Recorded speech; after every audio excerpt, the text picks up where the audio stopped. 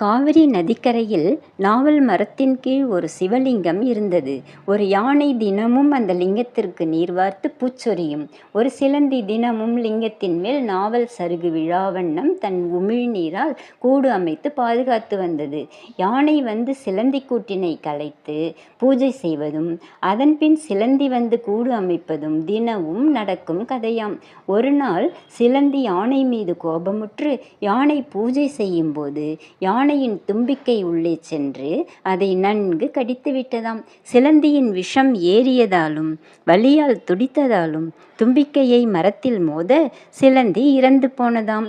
சில நொடிகளில் சிலந்தியின் விஷம் யானைக்கும் ஏறி யானையும் இறந்து போனதாம்.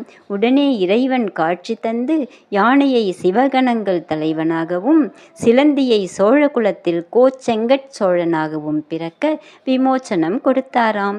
அவன் 70க்கும் மேற்பட்ட கோயில்கள் கட்டி ஆலய பணியில் சிறந்து விளங்கினானாம்.